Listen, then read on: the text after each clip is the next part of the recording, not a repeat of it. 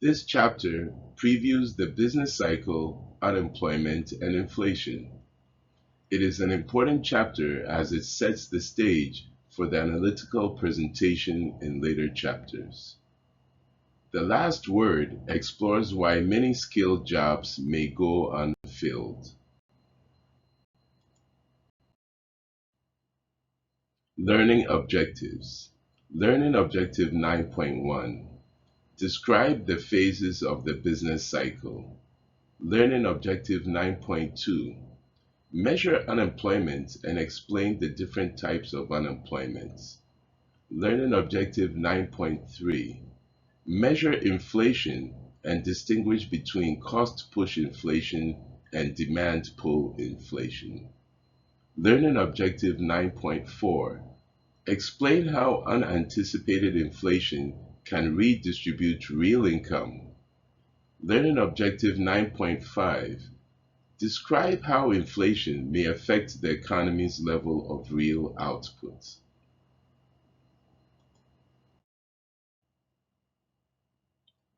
Business cycles are alternating increases and decreases in economic activity over time. Each business cycle consists of 4 phases. A peak is when business activity reaches a temporary maximum with full employment and near capacity output. A recession is a decline in total output, income, employment, and trade lasting 6 months or more. This is sometimes referred to as an economic contraction.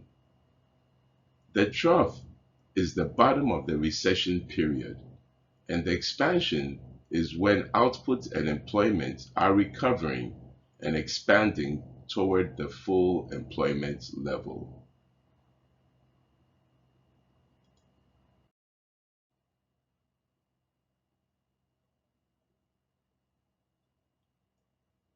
This figure shows the business cycle. Economists distinguish 4 phases of the business cycle. The duration and strength of each phase may vary. Additionally, individual cycles vary in duration and intensity. You can see that the long-run trend is economic growth.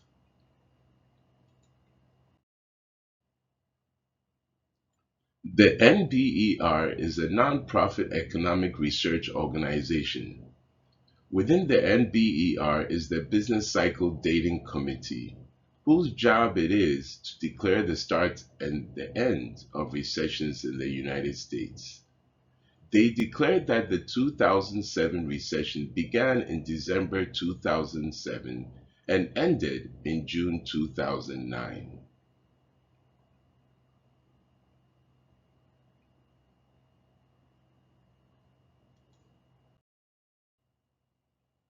Long-run economic growth in the United States has been interrupted by periods of instability.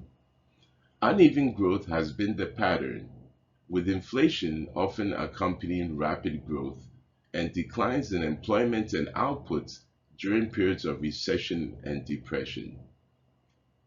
Economic shocks are unexpected events that individuals and firms may have trouble adjusting to. Prices can be inflexible downwards, which means that if total spending unexpectedly decreases and firms cannot lower prices, the firms will end up selling fewer units of output.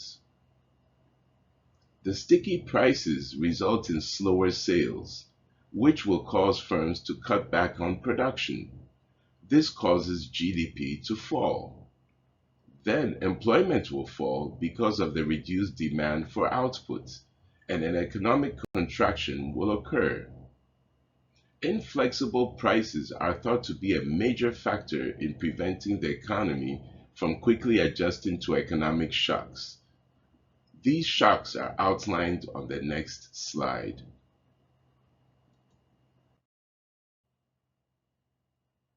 The following are economic shocks that can cause business cycles. Major innovations may trigger new investment and/or consumption spending.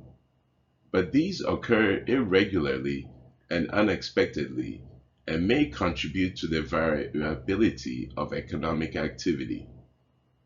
Examples include the computer and the internet.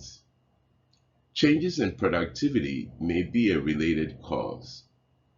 Unexpected changes in resource availability or unexpected changes in the rate of technological advances can affect productivity. As the monetary authorities print more money, an inflationary boom can occur. Printing less money than what people were expecting can trigger an output decline. As the economy adjusts to political events like peace treaties or war, economic strains can occur. Rapid asset price increases or decreases can spill over to the general economy and cause booms and busts. The COVID-19 recession of 2020 was unusual because it was caused by a public health crisis rather than by a shock to one of these factors.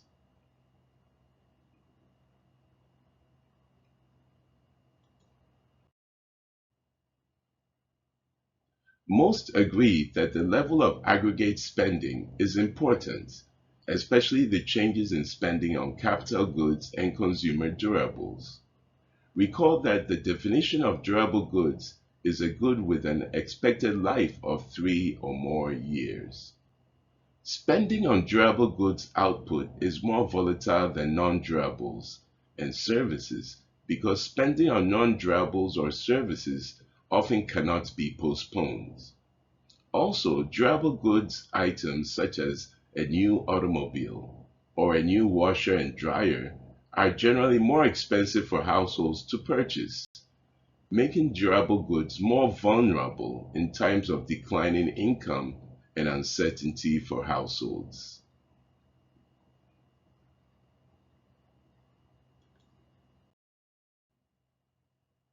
The BLS is the Bureau of Labor Statistics, an agency within the Department of Labor. The unemployment rate is calculated by taking a random survey of 60,000 households nationwide. Note, households are in the survey for 4 months, out for 8, back in for 4, and then out for good.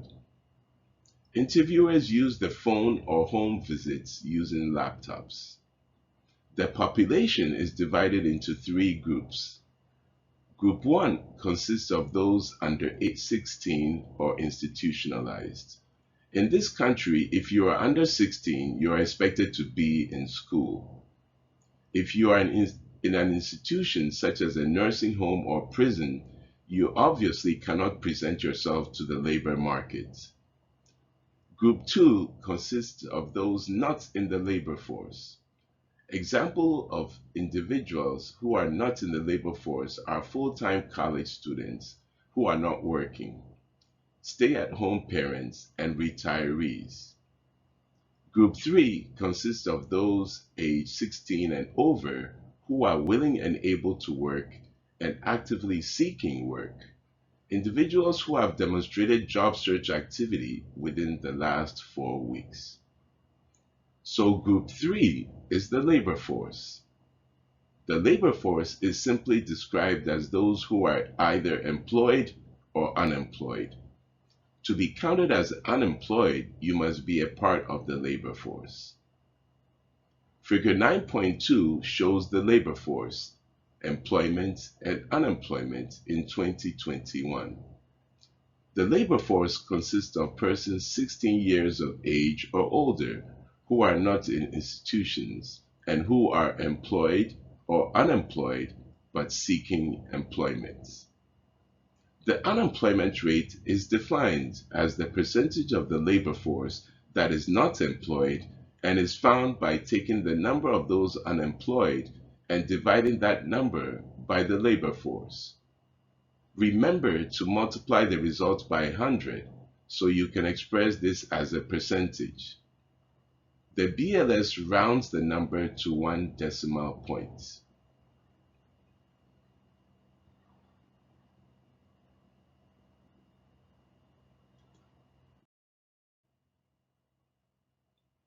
Two factors cause the official unemployment rate to understate actual unemployment. Part-time workers are counted as employed even if they really want full-time work. Discouraged workers who want a job but are not actively seeking one are not counted as being in the labor force, so they are not part of the unemployment statistic. If they are not seeking work, they are officially in Group 2 as described on the preceding slide. In 2021, 463,000 people fell into this category, compared to 396,000 in 2007. Frictional unemployment is regarded as somewhat desirable because it indicates that there is mobility as people change or seek jobs. Frictional unemployment is usually a short-term type of unemployment. Structural unemployment occurs when certain skills become obsolete or geographic distribution of jobs changes. This can be a long-term type of unemployment. Cyclical unemployment is caused by the recession phase of the business cycle. As firms respond to insufficient demand for their goods and services, output and employment are reduced.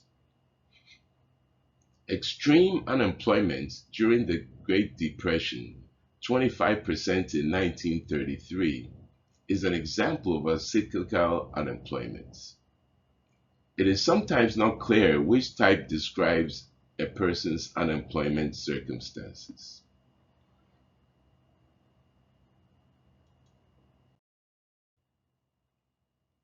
Full employment does not mean zero unemployment, but it does mean that cyclical unemployment is zero. The full employment unemployment rate is equal to the total frictional and structural unemployment because these types of unemployment are always occurring and are a natural part of our economy. The full employment rate of unemployment is also referred to as the natural rate of unemployment. The natural rate is achieved when labor markets are in balance. The number of job seekers equals the number of job vacancies. The natural rate of unemployment is not fixed, but depends on the demographic makeup of the labor force and the laws and customs of the nation.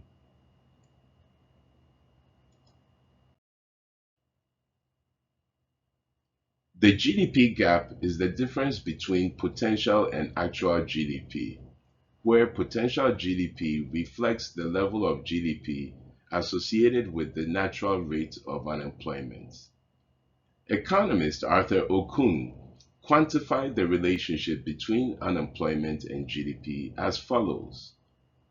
For every 1% of unemployment above the natural rate, a negative GDP gap of about 2% occurs.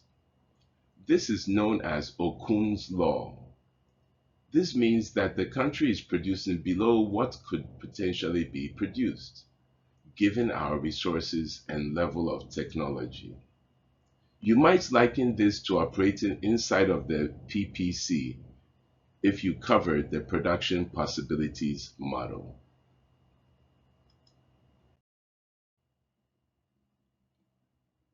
This figure shows the actual and potential real GDP and the unemployment rate from 1995 to 2022. A.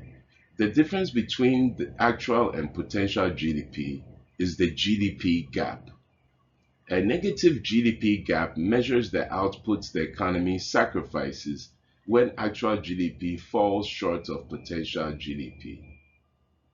A positive GDP gap indicates that actual GDP is above potential GDP. B. A high unemployment rate means a large GDP gap, negative, and a low unemployment rate means a small or even positive GDP gap.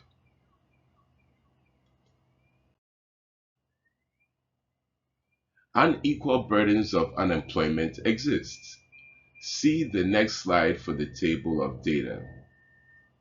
Rates are lower for white-collar workers. Teenagers have the highest unemployment rates. African Americans have higher unemployment rates than whites. Rates for males and females are comparable, although females currently have a lower unemployment rate.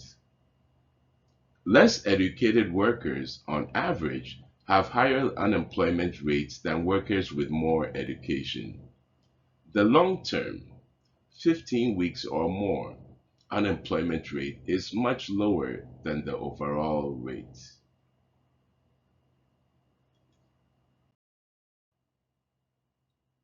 This table illustrates civilian labor force data for people aged 16 or over. As you can see, the overall unemployment rate was 3.7% in 2019 and 8.1% for 2020. Note that the unemployment rate varies significantly between various groups based on things such as gender, age, and education.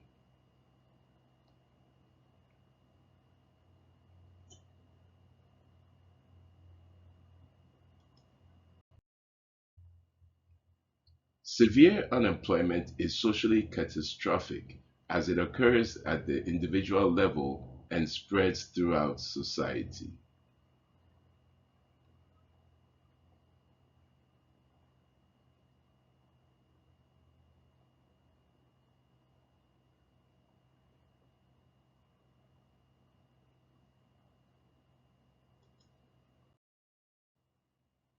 Not all prices rise at the same rate, and some prices may stay constant while other prices fall.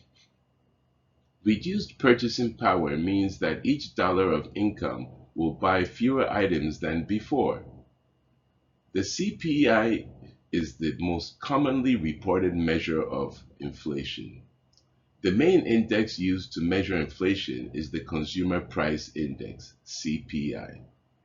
The CPI is the measure the media reports. This is the CPI for all urban consumers and thought to cover 87% of our population's purchasing experiences. There are other price indexes reported by the BLS, and each is important to different groups. For example, there is the CPIW, the CPIC, the PPI, etc. To measure inflation, subtract last year's price index from this year's price index and divide by last year's index. Finally, multiply by 100 to express as a percentage. In this numerical example, using CPI data for 2021, there's a price index of 278.8, and 2020 has a price index of 260.5. You can calculate the inflation rate and find it is 7.0%. The BLS rounds to the tenths decimal place. Rule of 70 permits quick calculation of the time it takes the price level to double. Divide 70 by the percentage rate of inflation, and the result is the approximate number of years for the price level to double. Here, the inflation rate is 7%, so divide 70 by 7 and you get the number 10. If the inflation rate is 7%, then it will take about 10 years for prices to double.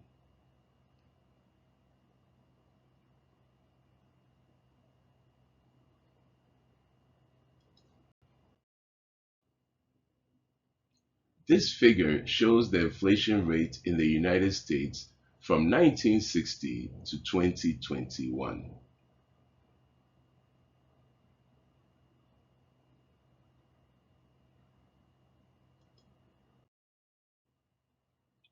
This global perspective shows the inflation rates of 5 different countries. You can see that for the United States, the inflation rate has been generally slightly higher than the other countries.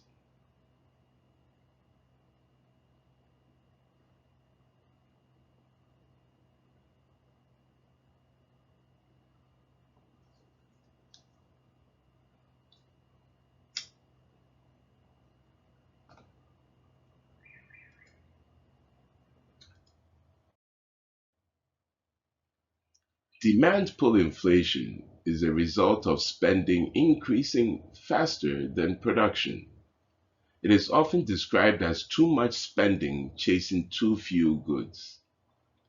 The general stimulus checks that Congress sent to businesses and workers to help them weather the shutdowns and work disruptions caused by the COVID-19 pandemic were a source of demand pull inflation until they ended in the fall of 2021.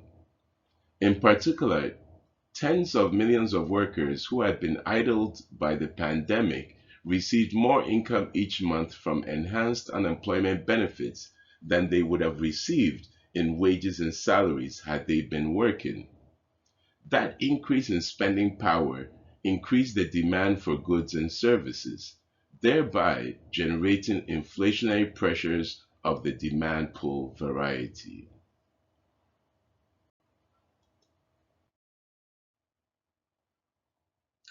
Cost push inflation occurs as prices rise because of a rise in per unit production costs. Unit costs equals total input cost divided by units of output. In cost push inflation, prices rise but output falls. Rising costs reduce profits and reduce the amount of output producers are willing to supply at the existing price level. As a result, the economy's supply of goods and services declines and the price level rises. Supply shocks have been the major source of cost push inflation. These typically occur with dramatic increases in the price of raw materials or energy. The COVID-19 pandemic caused supply shocks in the form of disruptions to the supply chain, by which raw materials get transformed into finished products that must then be distributed to consumers. With employees locked down at home in various countries for various lengths of time, the economy's normal flow of production and distribution was disrupted. Shortages of labor and other inputs increased per unit production costs. Inflation erupted in economies around the world in 2021 as cost push inflation, caused by supply chain disruptions, reinforced demand pull inflation generated by stimulus spending.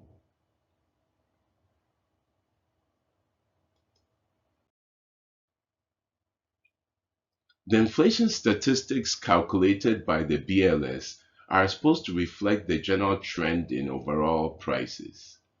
That general trend can be obscured, though, by the rapid up and down price movements typical of energy and food products, like wheat, gasoline, corn, and natural gas.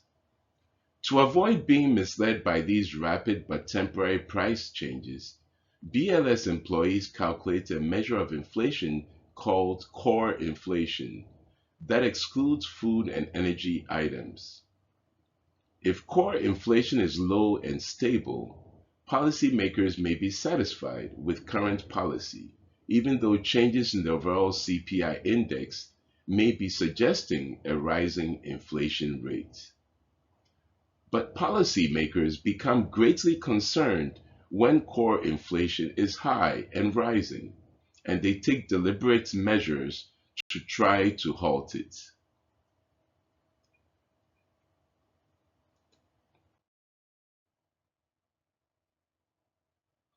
Nominal income is the number of dollars received as wages, rent, interest, or profits. Real income refers to the purchasing power of your income, how much you can actually be purchased, how much that can actually be purchased with your income. Anticipated inflation is much less harmful than unanticipated inflation. Real income can decrease even with an increase in nominal income if the inflation rate is higher than the increase in nominal income.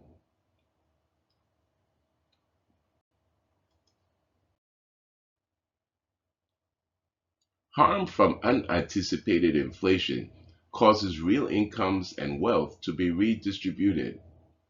Were the inflation to be expected, people could plan ahead for it.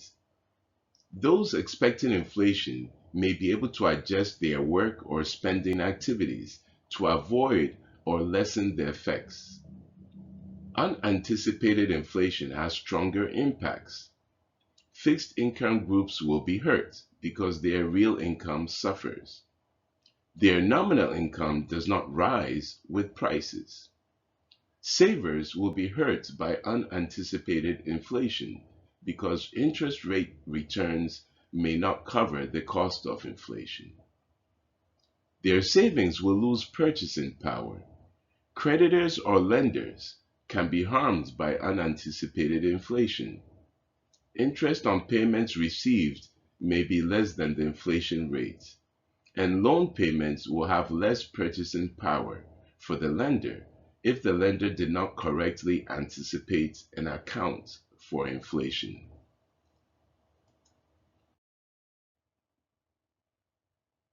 If inflation is anticipated, the effects of inflation may be less severe, since wage and pension contracts may have inflation clauses, cost of living adjustments built in, and interest rates will be high enough to cover the cost of inflation to savers and lenders. Debtors, borrowers, can be helped because interest payments may be less than the inflation rate. So borrowers receive dear money and are paying back cheap dollars.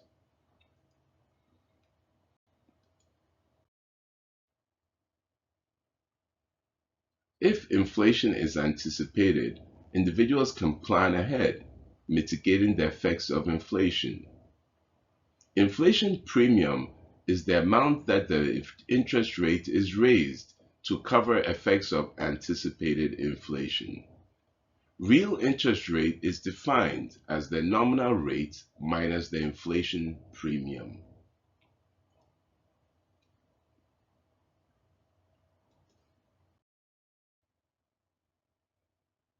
This figure shows the inflation premium and nominal and real interest rates.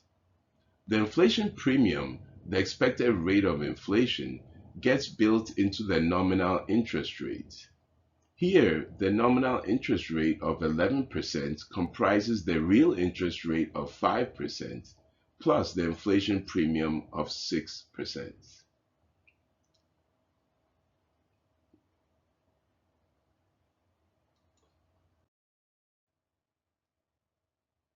In the past, deflation has been as much a problem as inflation. For example, the 1930s depression was a period of declining prices and wages. The effects of deflation are the reverse of those of inflation. Many families are simultaneously helped and hurt by inflation because they are borrowers and earners and savers. The effects of inflation are arbitrary in terms of individuals who will benefit and individuals who are harmed, regardless of society's goals.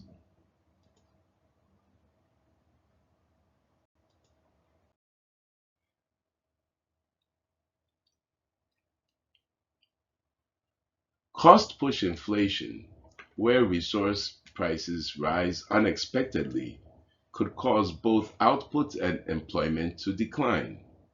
Real income falls. Mild inflation, less than 3%, has uncertain effects. It may be a healthy byproduct of a prosperous economy, or it may have an undesirable impact on real income.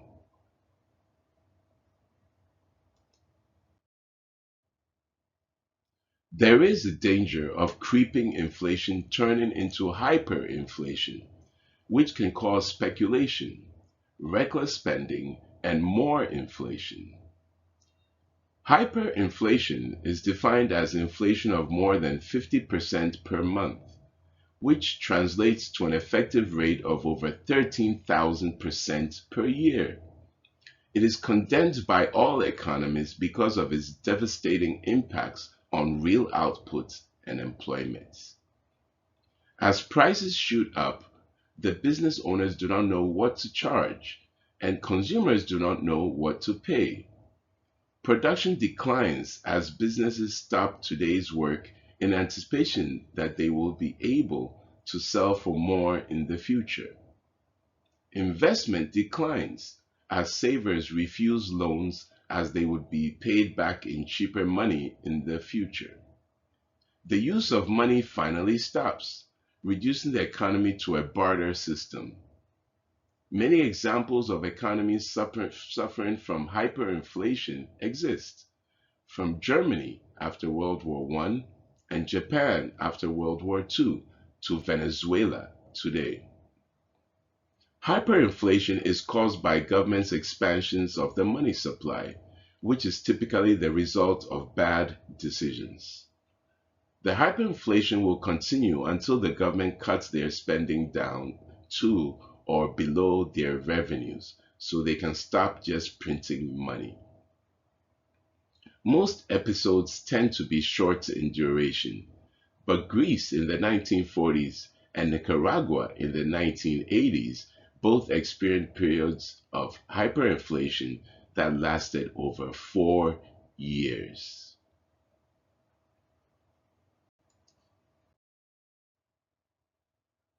After businesses shut their doors during COVID-19 pandemic of 2020, Congress implemented unemployment benefits that were so generous many workers chose to remain unemployed even after businesses reopened.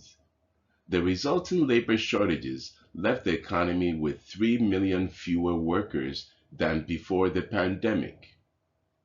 Even after the pandemic, unemployment benefits expired, many individuals declined to return to the workforce for various reasons.